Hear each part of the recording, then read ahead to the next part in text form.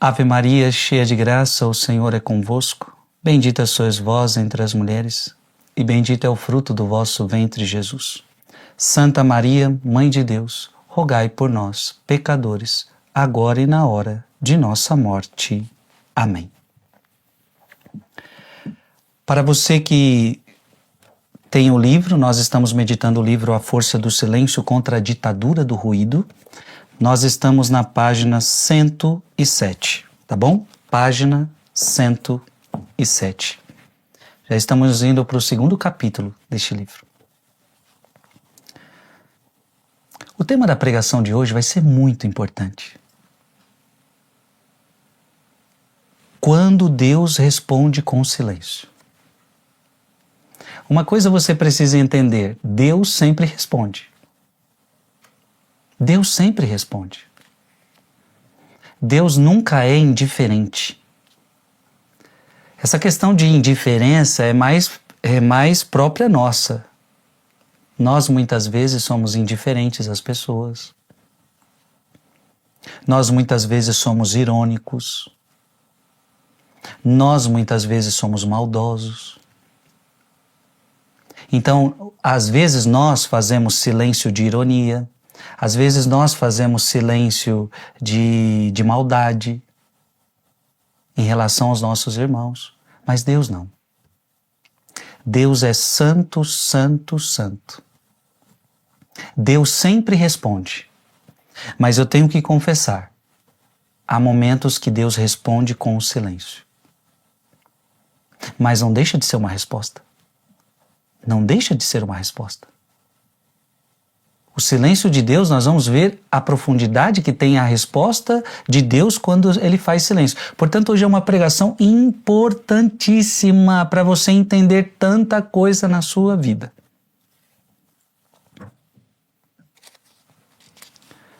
Como então compreender o mistério do silêncio de Deus? De tão difícil aceitação ao longo de todas as épocas. A verdade é que um Deus que faz silêncio, por exemplo, perante ao mal do mundo, perante a tanta maldade, é algo que é de difícil aceitação para todas as pessoas. Muitos dos nossos contemporâneos, aí, Cardeal Sará começa a responder. Muitos dos nossos contemporâneos não conseguem aceitar o silêncio de Deus. Então, assim, Deus muitas vezes vai responder com silêncio, mas a humanidade tem dificuldade de aceitar isto. Mas como assim? Por que Deus não fala comigo? Mas como assim? Por que Deus não resolve essa situação? Mas como assim? Por que Deus permite que isso aconteça na minha vida? Por que Deus não intervém? Por que Deus não faz? Por que Deus não fala? Por que Deus não age? Por que eu não vejo nada? Por que eu não percebo? Por que Deus não me dá um sinal? Então veja, muitos dos nossos contemporâneos não conseguem aceitar o silêncio de Deus. Não admitem que é possível haver comunicação por outros meios que palavras. Então existe outro tipo de comunicação que não seja palavras.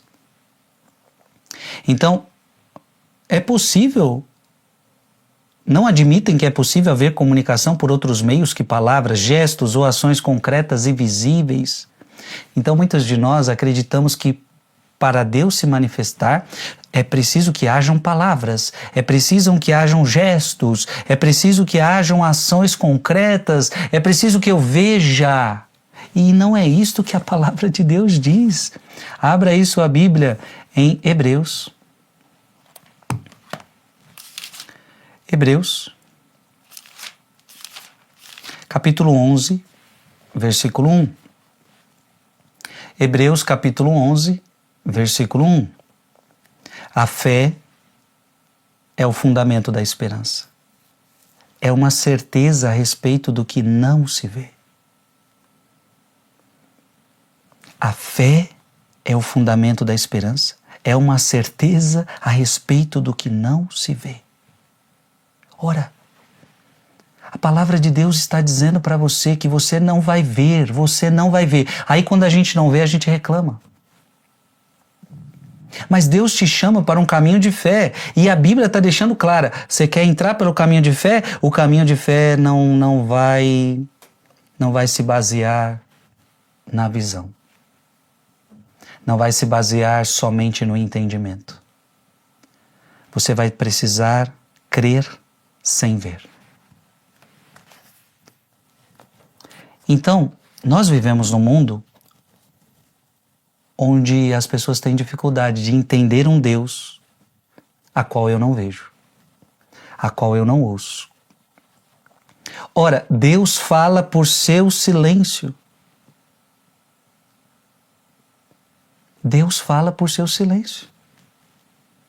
E a gente sabe que o silêncio também é uma palavra. Há muito silêncio que você faz que você está comunicando algo para alguém. O silêncio de Deus é uma palavra.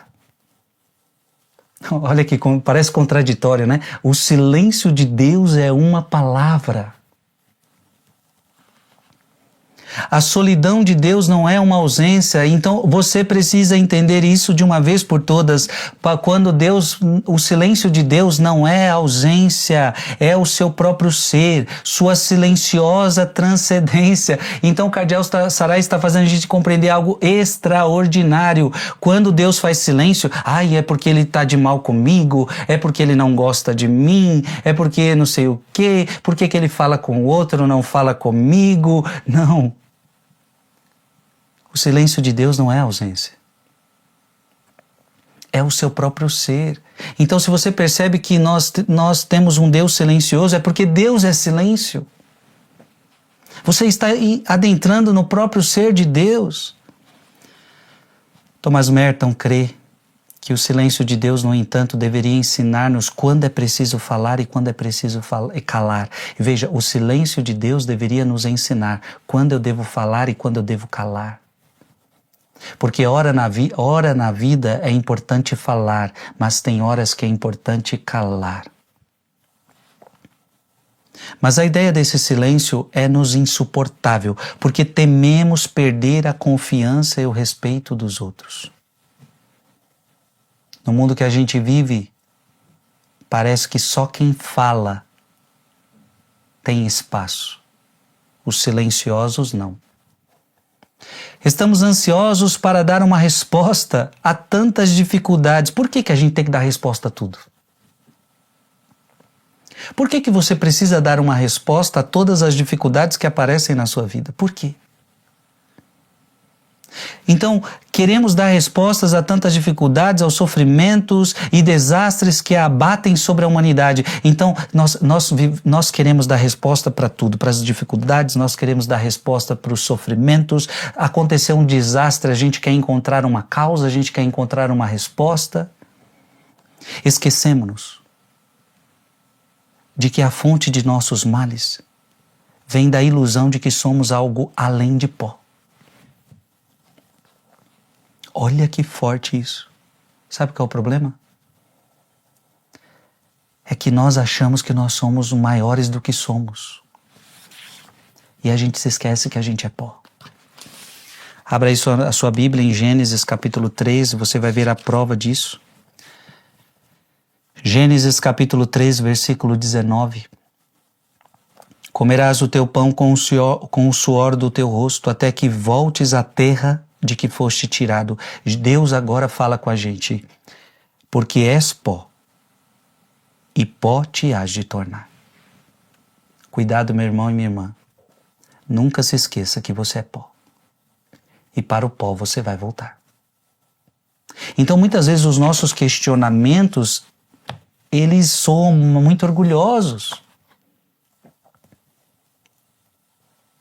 Parece que a gente se esqueceu que a gente é pó. Abra sua Bíblia no Salmo 102. Salmo 102. 14 e 16. Salmo 102, 14 a 16. Porque Ele sabe de que é que somos feitos. e não se esquece de que somos pó. Os dias do homem são semelhantes à erva, ele floresce como a flor dos campos. Apenas sopra o vento, já não existe e nem se conhece mais o seu lugar. Em outras palavras, a Sagrada Escritura está dizendo o quê? A tua vida é frágil. A tua vida é frágil. Não se esqueça disso. Deveríamos reconhecer que Deus é nossa alegria e nele o nosso pó pode tornar-se esplendor. Somente em Deus o nosso pó pode se tornar esplendor. A própria criação é uma palavra silenciosa de Deus. A beleza sem palavra da natureza. As árvores falam. Você não ouve uma árvore falar, mas quantas vezes você já olhou para uma árvore e ela fala com você, no sentido, como isso é belo, como essa natureza é bela, como essa natureza é bonita. Quantas vezes você já viu os rios, você já viu tantas coisas, você falou, nossa, que natureza linda. Ela fala com você, sem dizer uma palavra. A beleza sem palavra da natureza. Proclama diante de nossos olhos as múltiplas riquezas de um Pai que não cessa de estar presente em nós. A palavra divina não é audível aos ouvidos muito humanos, contudo ela é a mais profunda de todas as palavras. O sol, a lua e as estrelas são absolutamente silenciosos aos nossos ouvidos. Você não ouve o barulho do sol, você não ouve o barulho da lua. Mas são palavras e mensagens essenciais à nossa existência terrena, a uma linguagem das estrelas que não podemos conhecer nem compreender, mas que Deus ouve perfeitamente.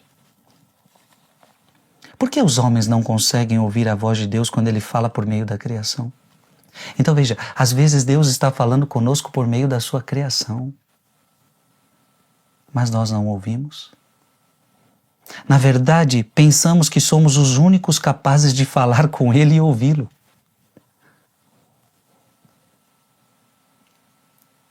Julian Green, num seu livro A Partir Antes do Amanhecer, escreve: Deus fala com extrema doçura a seus filhos.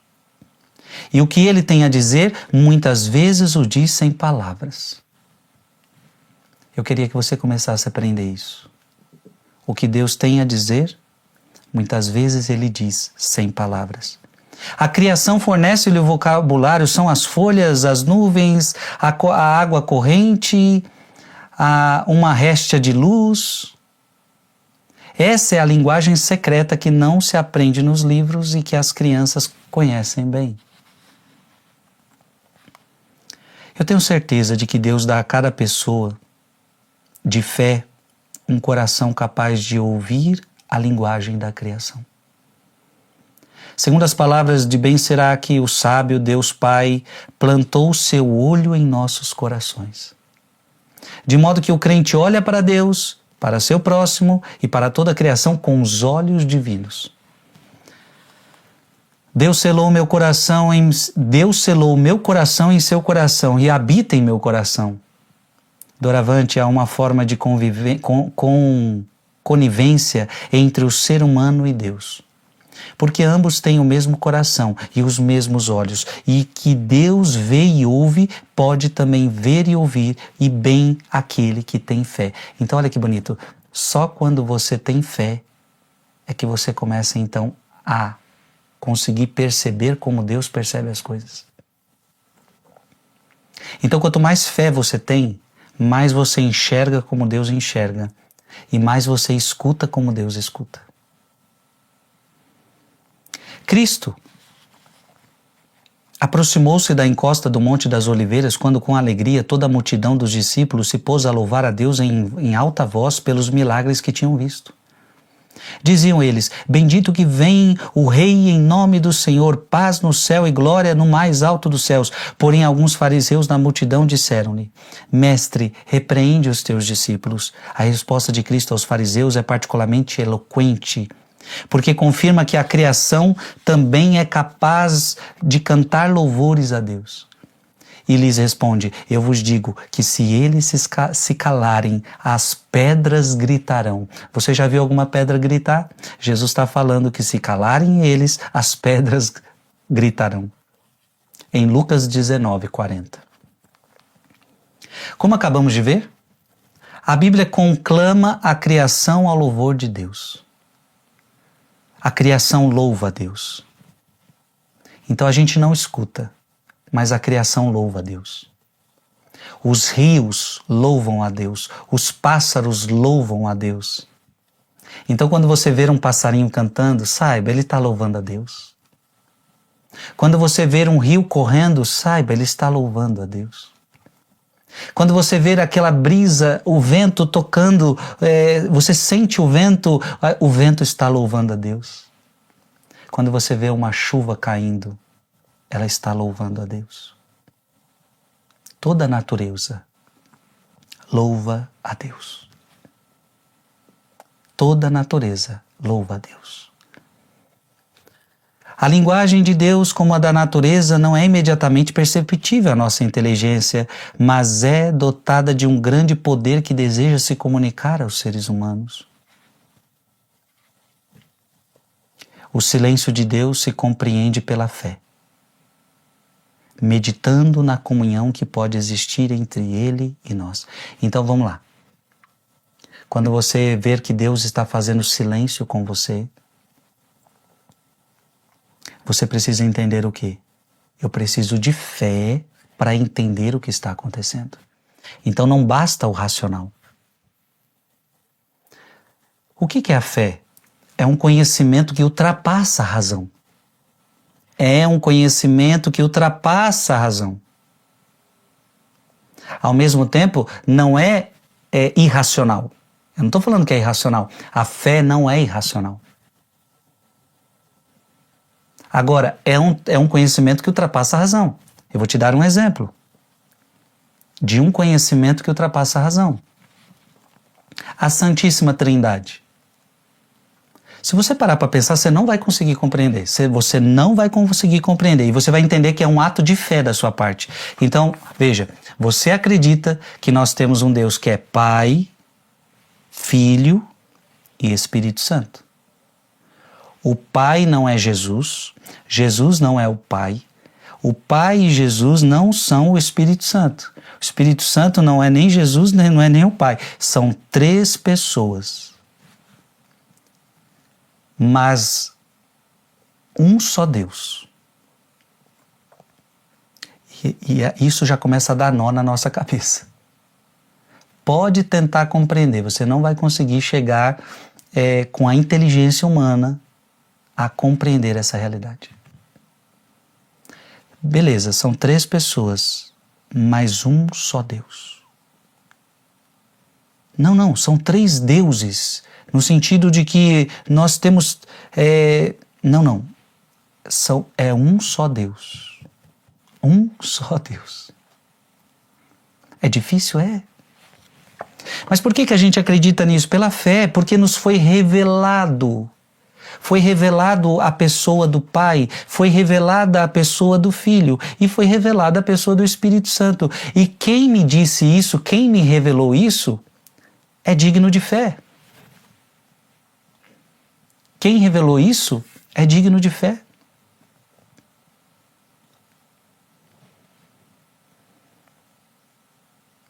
Ô Jadson, confere aqui se o áudio está pegando, porque aqui o meu computador saiu.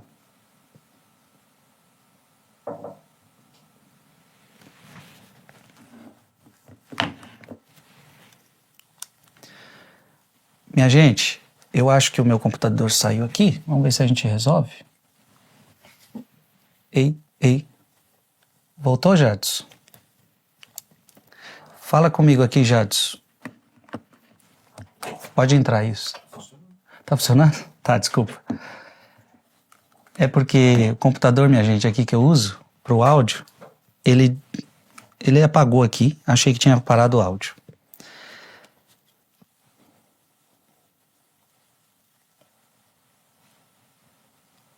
Então veja, A linguagem de Deus, como a da natureza, não é imediatamente perceptível à nossa inteligência, mas é dotada de um grande poder que deseja se comunicar aos seres humanos.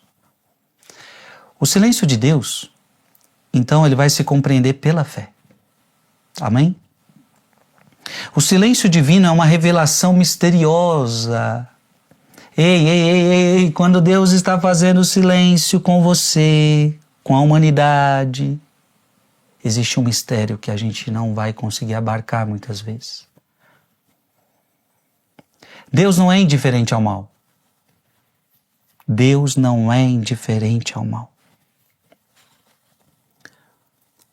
No primeiro momento, e aqui a gente vai começar a entrar nessa problemática. Por que Deus permite o mal no mundo? Esse é um dos maiores problemas de muita gente. Por que Deus permite o mal no mundo? Por que Deus permite eu sofrer? Então a primeira coisa que eu quero que você entenda, Deus não é indiferente ao mal. No primeiro momento podemos acreditar que Deus deixa o mal destruir os seres humanos. Então de primeiro momento parece que Deus deixa o mal nos destruir. Mas se Deus permanece silencioso, nem por isso sofre menos conosco por conta do mal que dilacera e desfigura o mundo. Se procurarmos estar com Deus em silêncio, compreenderemos sua presença e seu amor. Se a gente permanecer em silêncio, nós vamos compreender que Deus nunca deixou de nos amar.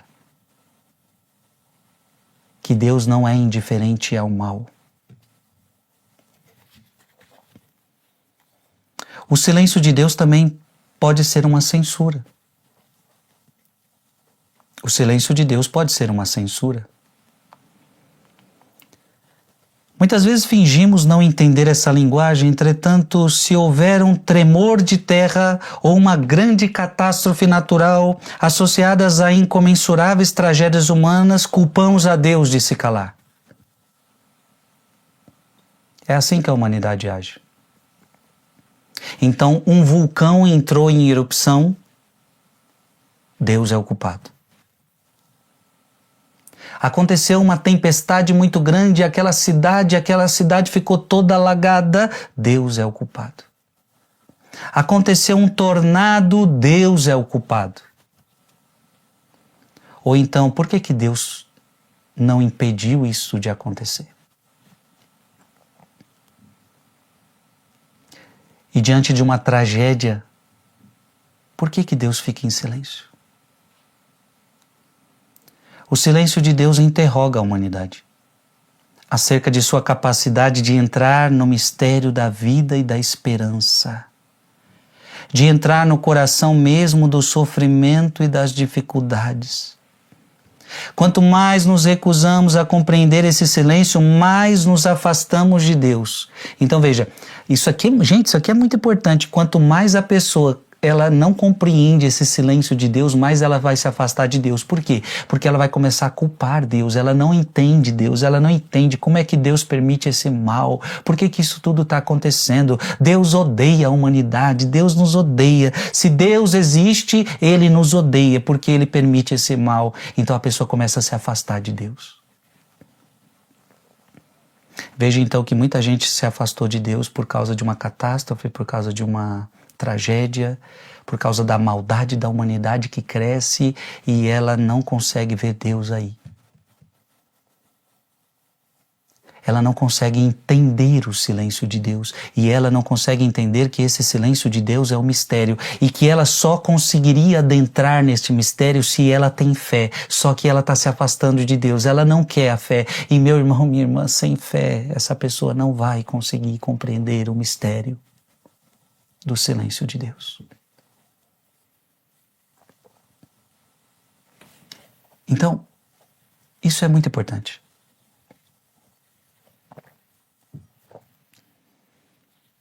Estou convencido de que isso aqui é tudo o Cardeal Sará falando, hein?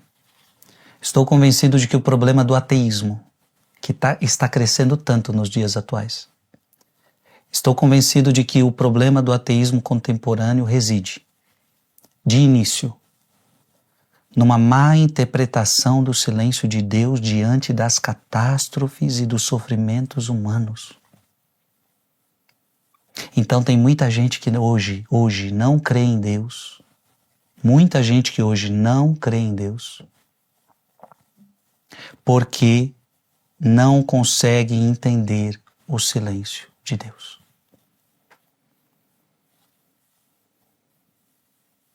Então olha que interessante o cardeal Sará está falando, vou ler de novo. Estou convencido de que o problema do ateísmo contemporâneo reside, de início, numa má interpretação do silêncio de Deus diante das catástrofes e dos sofrimentos humanos. Como Deus pode ficar em silêncio diante disto? Quem vê no silêncio divino uma forma de abandono, então o que a pessoa está enxergando naquela catástrofe? Deus abandonou esta cidade. Deus abandonou essa família. Deus abandonou este país. Porque se eu estou vivendo isso é porque Deus abandonou. Se na minha família essa doença atingiu é porque Deus abandonou a gente. Então quem vê no silêncio divino uma forma de abandono, indiferença ou impotência de Deus, ou seja, Deus me abandonou, Deus está indiferente a nós, ao nosso sofrimento, à nossa dor, ou então Deus é impotente, porque se Ele fosse poderoso, Deus podia acabar com isso. Dificilmente poderá entrar em seu inefável e inacessível mistério. Então uma pessoa que está assim, dificilmente ela vai conseguir penetrar no mistério. Dificilmente. Quanto mais, preste atenção nessa frase do cardeal Sará, quanto mais se rejeita o silêncio de Deus, mais se rebela contra ele. Então, quanto mais uma pessoa não entende o silêncio de Deus, mais ela se rebela contra Deus. Eu estou te dando hoje um segredo extraordinário. Eu estou te dando hoje um segredo extraordinário. Você não está conseguindo compreender essa situação. Por que que Deus permitiu isso acontecer na minha vida? Minha vida virou do avesso esses dias, esse tempo.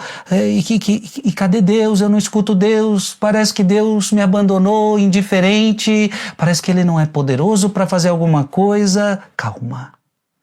Você precisa de fé para entrar nesse mistério. Sem fé, você vai se rebelar contra Deus. Só que detalhe, de Deus só sai o bem. Na verdade, você está se rebelando contra a pessoa errada. Você está se rebelando contra a pessoa errada. E é aqui que está o problema. Porque Deus não é o autor do mal. Deus não é o autor do mal. Se Deus é bom, perfeitamente bom, dele não pode sair mal algum. Não pode. Agora, o silêncio de Deus é intangível e inacessível. Mas quem tem vida de oração sabe que Deus ouve da mesma maneira que Ele ouviu as últimas palavras de Cristo na cruz. A humanidade fala e Deus responde com silêncio. Você lembra de Cristo na cruz? Cristo falava com seu Pai. E como é que o Pai respondeu Cristo? Me diga. No alto da cruz, no maior sofrimento de Cristo, poderíamos dizer, na maior tragédia humana, o inocente sendo humilhado, desprezado, como que Jesus ouviu, ele falou com o Pai, Pai, por que me abandonastes? Assumindo a nossa humanidade. E como é que o Pai responde? Me diga, quantas vezes na Bíblia você viu dizendo, o Pai respondeu? Interessante, se nós formos ao batismo de Jesus, nós vamos ouvir a voz do Pai. Vamos até pegar o texto? Olha que interessante. Vamos pegar o texto, só para você entender o que o Frei vai te falar agora.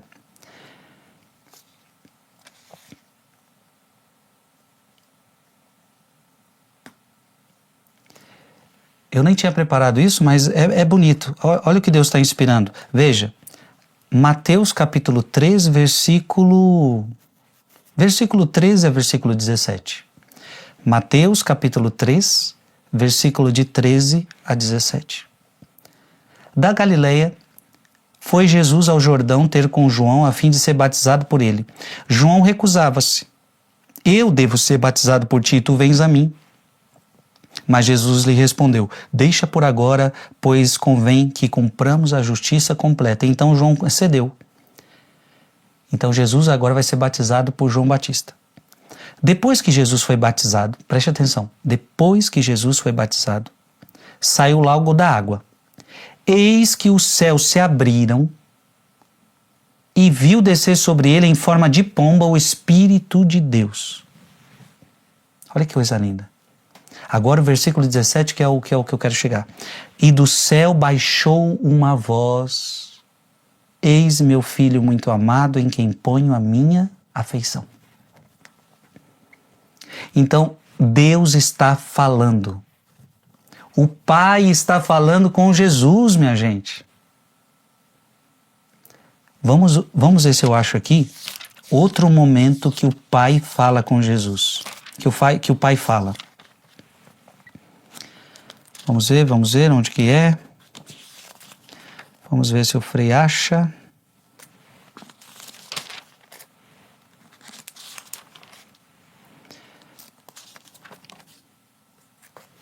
Vamos pedir ajuda aqui, que vai mais rápido, né?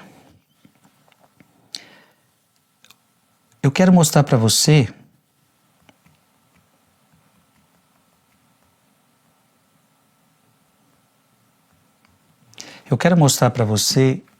no batismo de Jesus, o Pai fala. Agora eu quero mostrar outro texto para você. Mateus 17. Mateus 17.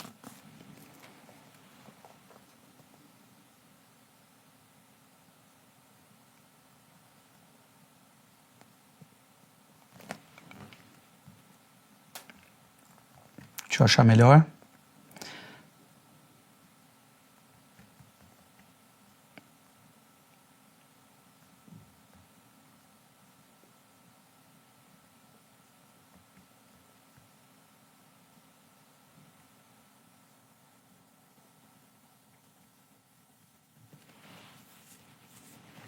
Então, no batismo, você vê o Pai falando.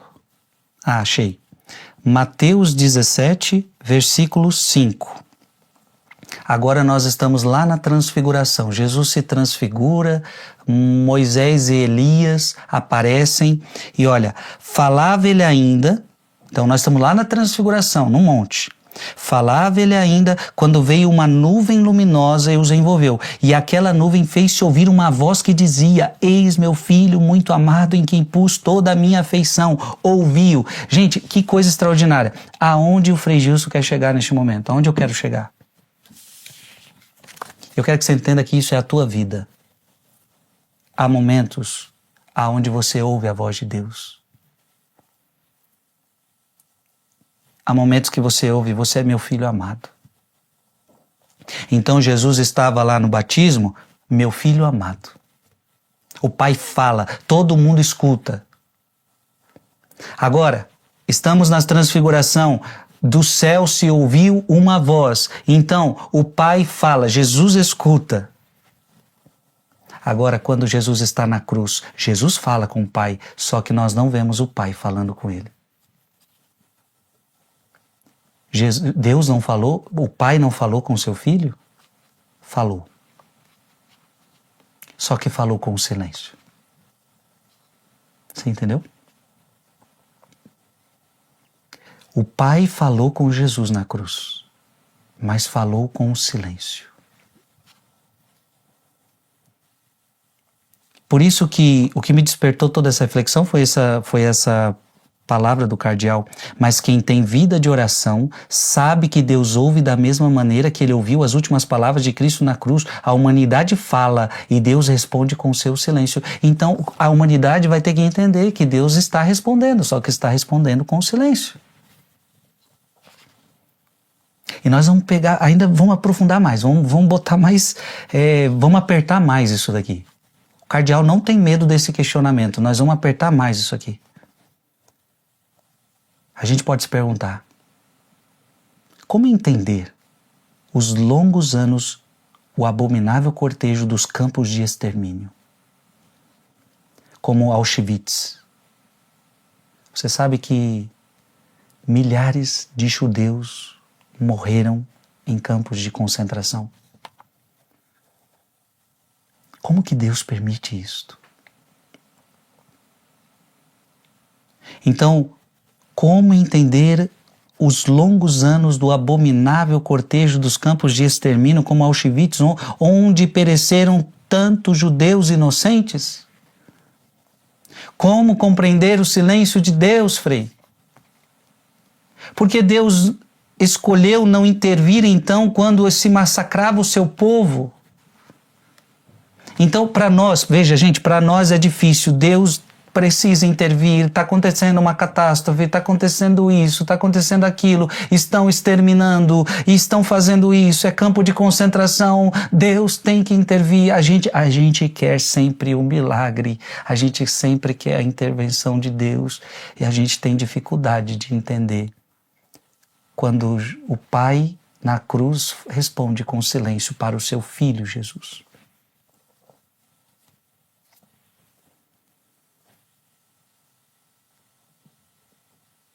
Às vezes Deus fala. Às vezes Deus fala. Eu me lembro agora de quando Abraão sobe com o seu filho e Abraão vai sacrificar o seu filho. O que acontece? Deus fala com Abraão: não precisa exterminar o seu filho. Então Deus impede o holocausto. Então veja, com Abraão o pai impede o holocausto, Deus impede o holocausto. Mas por que aqui no holocausto de judeus inocentes Deus não impediu? Hans Jonas, filósofo judeu alemão, tentou responder essa dolorosa pergunta, dolorosa. Eu tenho muita vontade de conhecer quantas pessoas vão visitar até hoje esses campos de concentração. Diz que é uma experiência avassaladora. Esses dias um bispo amigo foi visitar e falou: Frei do céu, você não tem noção da experiência que nós vivemos ali. E não tem jeito, naquele lugar todo mundo se questiona como que Deus permitiu isso acontecer. Parece que paira um silêncio até hoje, onde as pessoas que chegam lá se perguntam: se Deus existe, por que Ele permitiu isto? Então veja, em seu livro, Hans Jonas, filósofo judeu-alemão, O Conceito de Deus após Auschwitz, ele tenta falar algumas coisas. O que Auschwitz acrescentou ao que sempre se pode saber sobre a horrível quantidade de danos que os seres humanos são capazes de cometer e desde sempre têm cometido com outros homens? Hans Jonas naturalmente põe Deus em causa. Deus deixou-os agir. Quem é esse Deus que pode deixá-los agir? Então a primeira contestação que a gente tem é o seguinte: alguém, um sistema, aquela realidade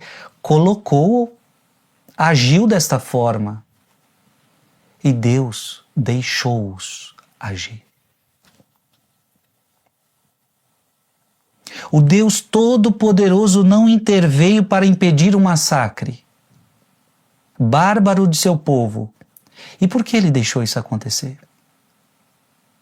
Hans Jonas diz: para que o mundo pudesse existir por si mesmo. Deus de alguma forma renunciou ao seu próprio ser. Então é como se o mundo quisesse, nós não queremos Deus. Aquele massacre, na verdade, era um massacre de Deus. Porque se ouvisse a Deus, Deus tinha ordenado: não matarás. Mas como não se escuta Deus,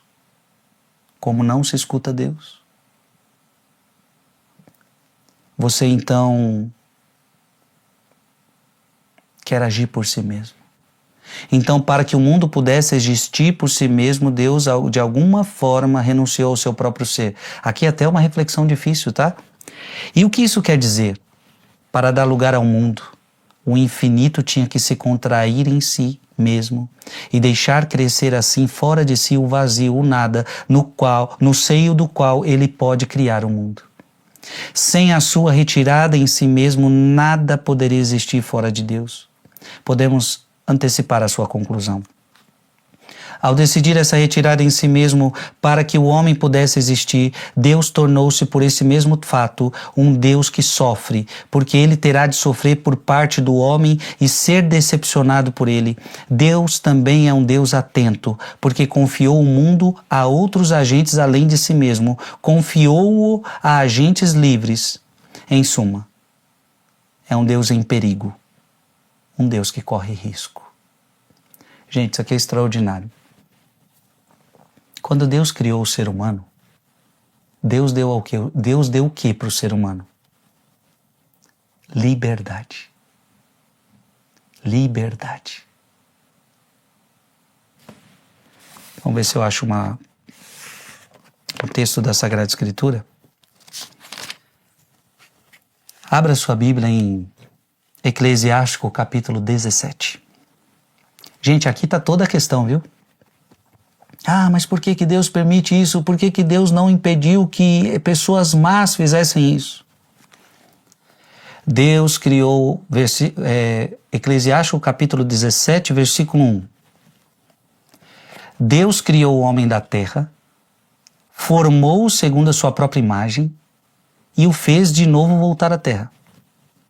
Revestiu-o de força segundo a sua natureza, determinou-lhe uma época e um número de dias, deu-lhe domínio sobre tudo que está na terra, fê-lo temido por todos os seres vivos, fê-lo senhor dos animais e dos pássaros. De sua própria substância deu-lhe uma companheira semelhante a ele, com inteligência, língua, olhos, ouvidos e juízo para pensar, cumulou-os de saber e inteligência. Criou neles a ciência do Espírito, encheu-lhes o coração de sabedoria e mostrou-lhes o bem e o mal.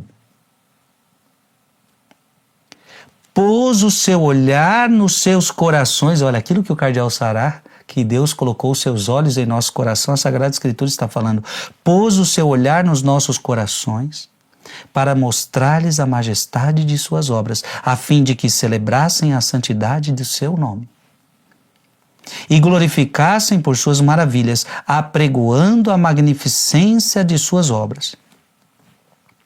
Deu-lhes, além disso, a instrução, deu-lhes a posse da lei da vida, concluiu com eles um pacto eterno e revelou-lhes a justiça de seus preceitos. Viram com os próprios olhos as maravilhas de sua glória. Seus ouvidos ouviram a majestade da sua voz, guardai-vos, disse-lhes ele, de toda a iniquidade, e impôs a cada um deveres para com o seu próximo. Esse texto é maravilhoso. Deixa eu ver se eu acho um outro aqui que pode complementar. Eu acho que está aqui. Não.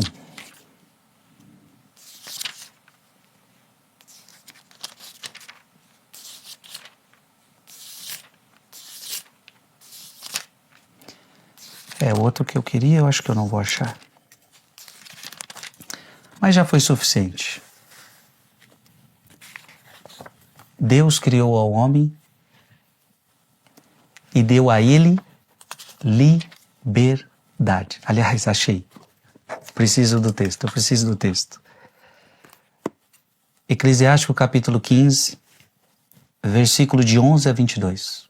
Então eu li o relato do Deus criando o ser humano. Foi lindo o relato de Eclesiástico 17, de 1 a 12. Agora, olha o relato de Eclesiástico 15, de 11 a 22. Não digas, é por causa de Deus que ela me falta, pois cabe a ti não fazer o que ele abomina. Não digas, foi ele que me transviou, pois que Deus não necessita dos pecadores. O Senhor detesta todo o erro e toda abominação. Ah, mas o Senhor, se Deus não intervém em Auschwitz, é porque Deus aprova isso. Não, quem falou isso para você? Quem falou que Deus aprova o mal? Quem falou para você que Deus aprova a abominação? Quem falou para você que Deus aprova a maldade dos homens? O Senhor detesta todo erro e toda abominação. Aqueles que o temem não amam essas coisas. No princípio Deus criou o homem, aqui que está a questão, é aqui que eu queria, esse versículo que eu queria. No princípio Deus criou o homem e o entregou ao seu próprio juízo. O que significa isso? Liberdade. Então, ó, no princípio Deus criou o homem e o entregou ao seu próprio juízo. Você vai decidir o que fazer da sua vida, se você quer o bem ou se você quer o mal. Deu-lhe ainda os mandamentos e os preceitos. Se quiseres guardar os mandamentos, se quiseres. Você não é obrigado. Porque na liberdade não pode ter obrigação. Se quiseres guardar os mandamentos e praticar sempre fielmente o que é agradável a Deus, eles te guardarão. Ele pôs diante de ti a água e o fogo, por isso a árvore do conhecimento do bem e do mal. Ele pôs diante de ti a água e o fogo, estende a mão para aquilo que desejares. Aquilo que você desejar, você vai fazer.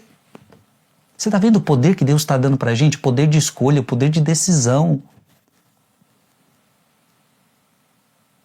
A vida e a morte, o bem e o mal estão diante do homem. O que ele escolher, isso lhe será dado. Gente, vocês estão entendendo o que Deus está fazendo? Por isso o cardeal Saraiva está dizendo o seguinte, ó, no livro, né? Cadê aqui? Foi aqui que me veio toda essa questão?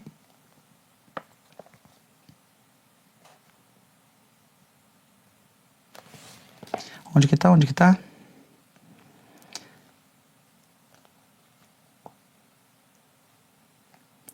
Para dar lugar ao mundo, o infinito tinha que se contrair, tal.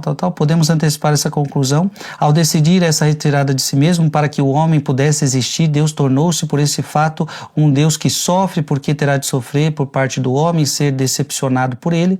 Deus também é um Deus atento, porque confiou o mundo a outros agentes além de si mesmo, e agentes livres. Em suma, aqui que eu queria. Em suma, é um Deus em perigo, um Deus que corre risco. Você imagina o que Deus está fazendo aqui? Olha o que Deus está fazendo. Eu estou dando a você o poder de escolha. Olha o perigo. Olha o perigo. Mas isso é amor. Deus queria que você fosse livre. O que ele escolher, isso lhe será dado. Aqui você já começa a entender porque tem tanto mal no mundo, minha gente. O que o ser humano escolher, isso lhe será dado. Porque é grande a sabedoria de Deus. Forte e poderoso. Ele vê sem cessar todos os homens. Os olhos do Senhor estão sobre os que o temem. E ele conhece todo o comportamento dos homens. Ele não deu ordem a ninguém para fazer o mal. Eu queria que você entendesse isso. Deus não deu nenhuma ordem para você fazer o mal. Deus não deu ordem para o extermínio de Auschwitz. E ninguém deu licença para pecar. A ninguém deu licença para pecar, pois não deseja uma multidão de filhos infiéis e inúteis. Agora, Ele deu para você decidir o que você vai fazer da sua vida.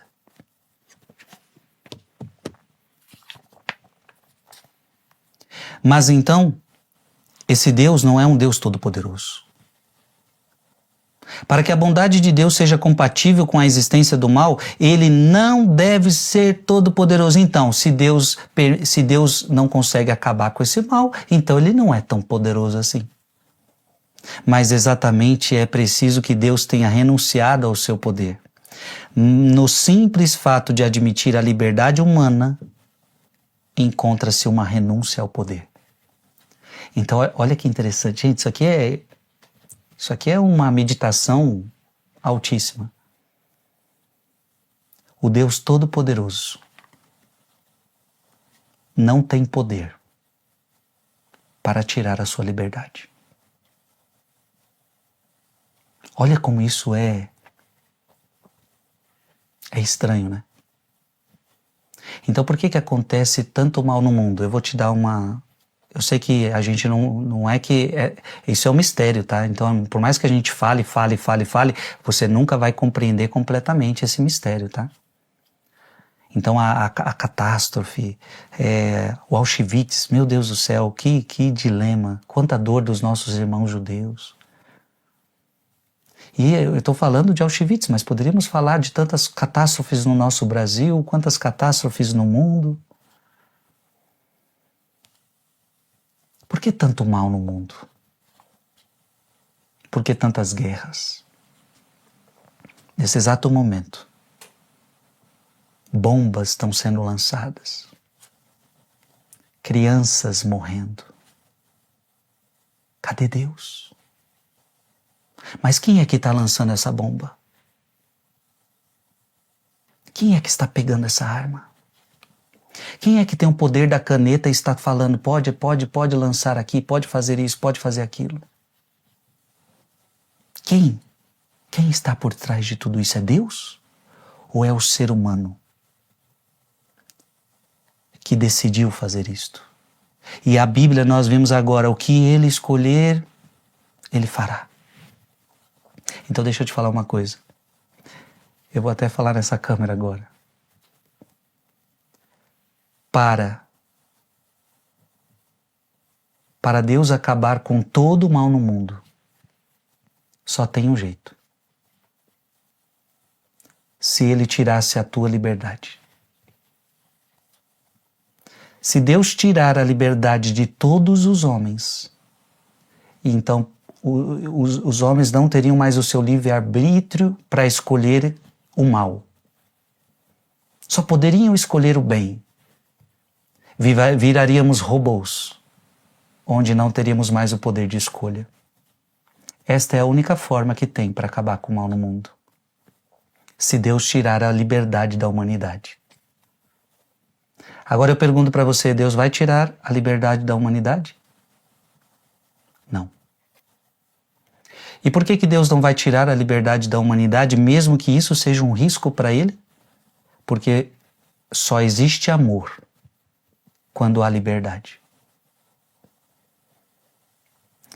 A primeira pergunta que é feita para quem quer se casar é de livre e espontânea vontade que vocês querem isto? Que você quer isto? Que você quer isto? E aí a pessoa tem que dizer sim.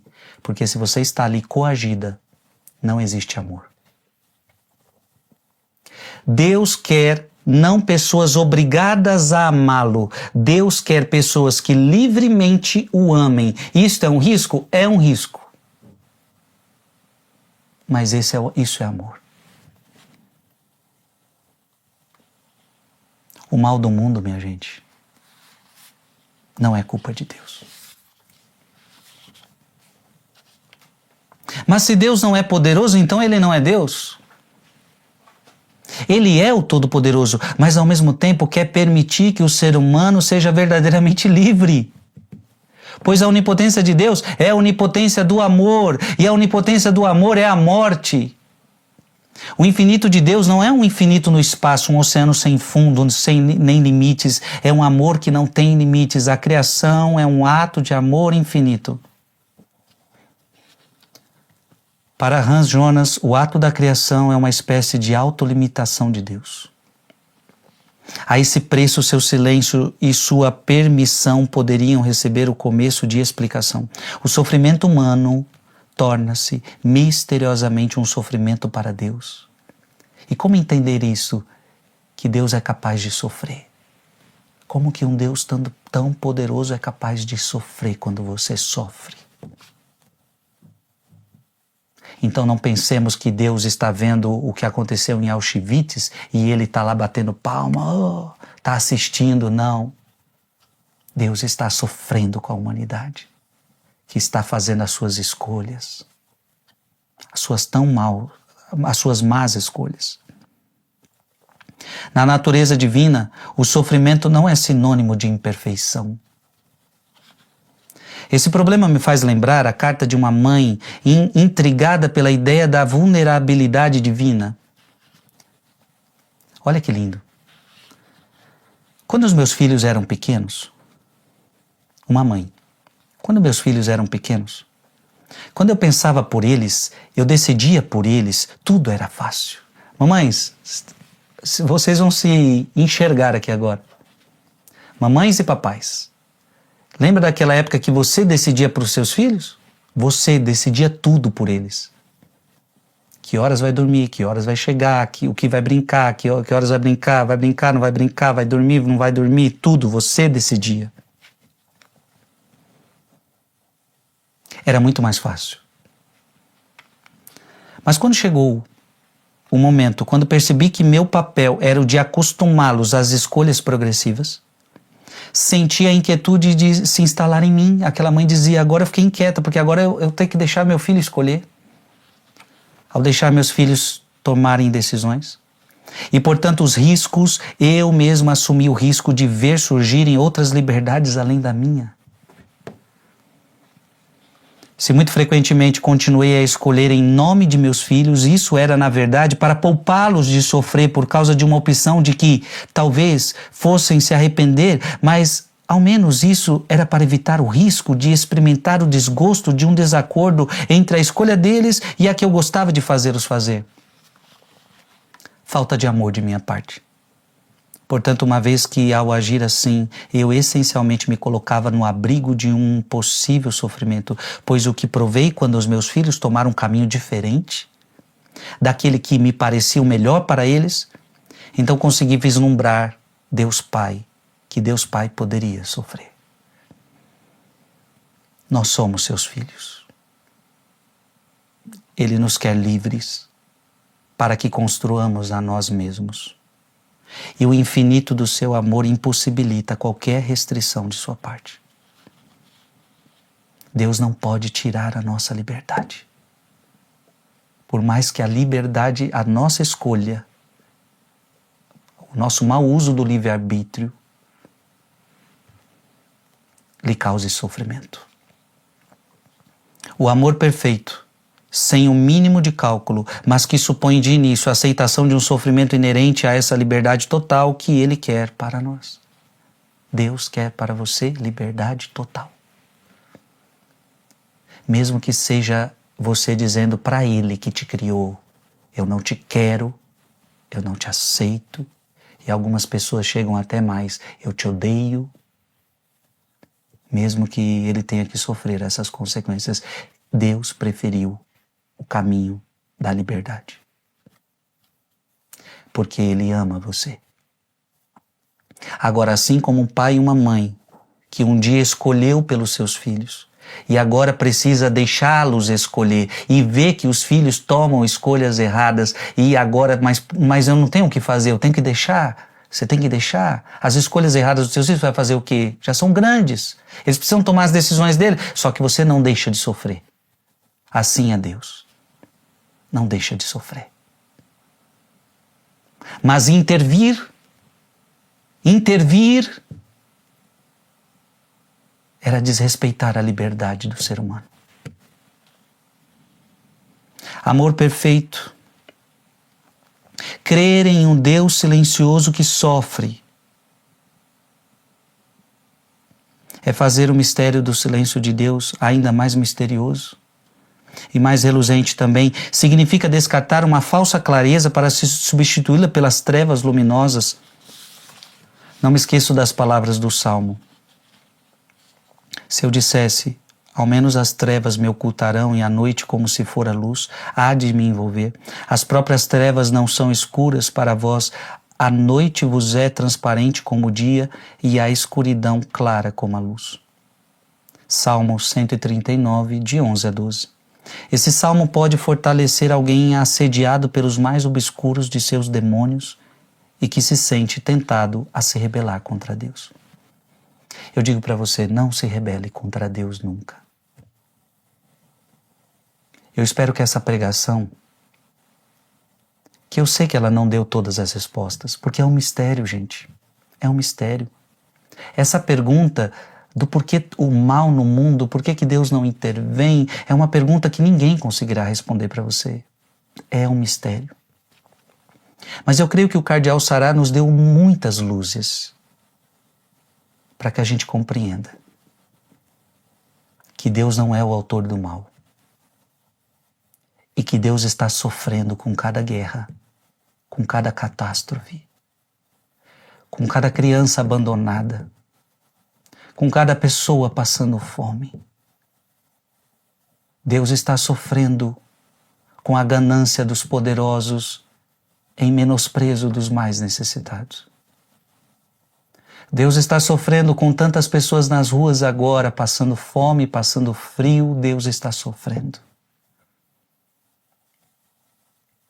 Deus está sofrendo com tantas aberrações, com tantas bombas, com tantas reuniões secretas para destruir, ganância, ganância, ganância, ganância. Deus está sofrendo.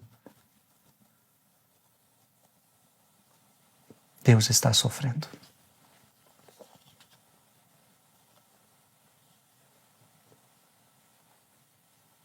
Deus está sofrendo com a sua dor. Deus está sofrendo.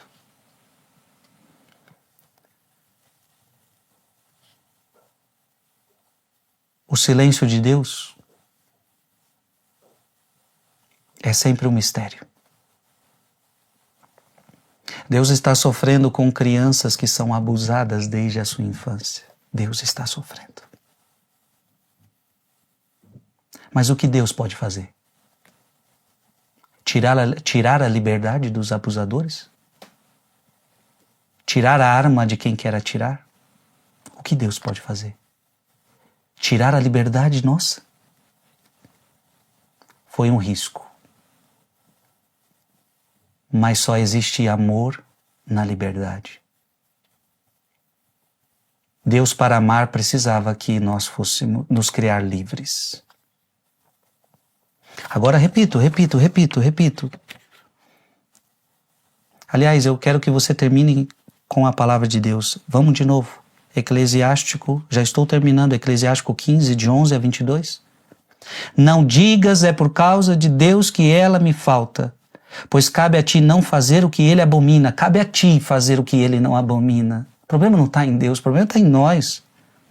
Não digas foi ele quem me transviou. Não foi Deus que te transviou. Pois Deus não necessita dos pecadores. O Senhor detesta todo o erro e toda abominação. Então, por favor, hoje, a partir de hoje, você tem que colocar isso no teu coração.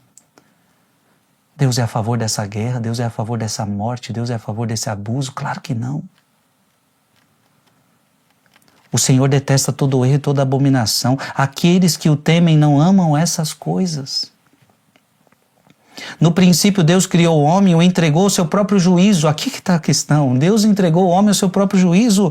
Deu-lhes ainda os mandamentos e os preceitos. Deus falou, olha, eu estou te dando mandamentos, segue meus mandamentos, segue meus preceitos. Se quiseres guardar os mandamentos e praticar sempre fielmente o que é agradável a Deus, eles te guardarão. Ele pôs diante de ti a água e o fogo, estende a mão para aquilo que desejares. Para aquilo que desejares. A vida e a morte, o bem e o mal estão diante do homem. O que ele escolher, isto será dado, porque é grande a sabedoria de Deus, forte e poderoso. Ele vê sem cessar todos os homens. O Senhor, os olhos do Senhor estão sobre os que o temem, e ele conhece todo o comportamento dos homens. Ele conhece. Preste atenção. Ele não deu ordem a ninguém para fazer o mal. Se alguém está fazendo mal, a ordem não veio de Deus. E você acha que a ordem veio de quem?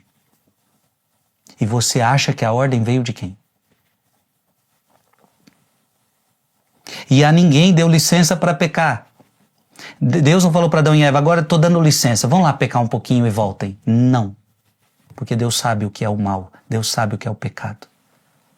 Não é possível que o pecado faça bem para nós. Como a humanidade de hoje acredita. O problema é esse. O demônio ilude.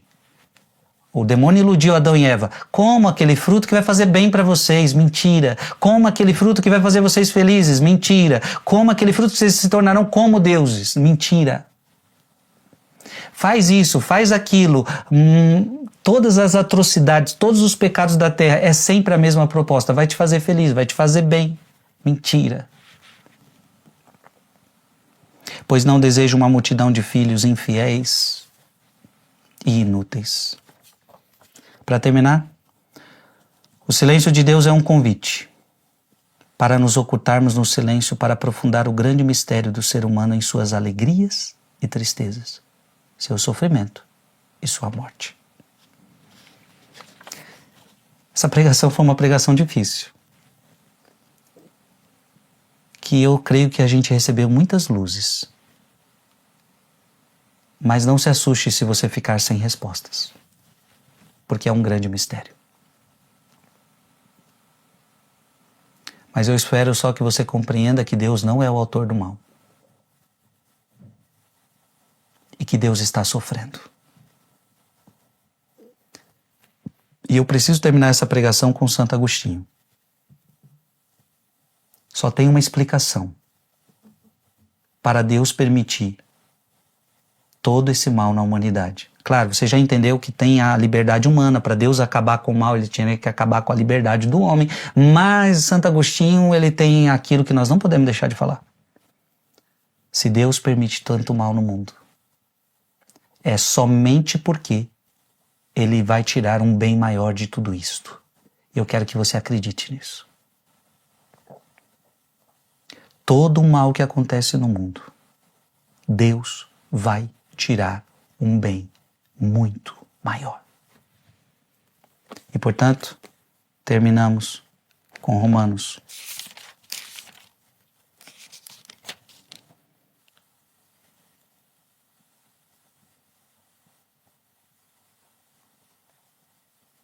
Romanos capítulo 8, versículo 28. Aliás, sabemos que todas as coisas concorrem para o bem daqueles que amam a Deus, daqueles que são os eleitos, segundo os seus desígnios. É um mistério que nós não abarcamos, mas se Deus não é o autor do mal, Ele vai tirar um bem de tudo isso. Ele vai tirar um bem de tudo isso. Amém. Eu espero que essa pregação ela faça você entender que Deus nunca está ausente. Eu quero que essa pregação seja para você um consolo. Deus não está ausente, Deus está sofrendo comigo, Deus está comigo. E Deus vai tirar um bem de tudo isso? Vai. Vai. Deus vai ser justo? Vai. Eu vou conseguir... Você não consegue agora abarcar tudo. Eu não sei se um dia nós vamos conseguir, mas, por ora, confia em Deus. Que todo o mal que acontece no mundo e na sua vida, Deus vai tirar um bem maior. Meu conselho, só não se rebele contra Deus. Porque Ele é o único que não está contra você e nunca ficará contra você. Deus não está contra você e nunca ficará contra você. Deus lhe ama. Deus amou tanto o mundo que enviou o seu Filho unigênito para que todo que nele crê não pereça, mas tenha a vida eterna. João 3,16. Amém. Glória ao Pai, ao Filho e ao Espírito Santo, como era no princípio, agora e sempre. Amém.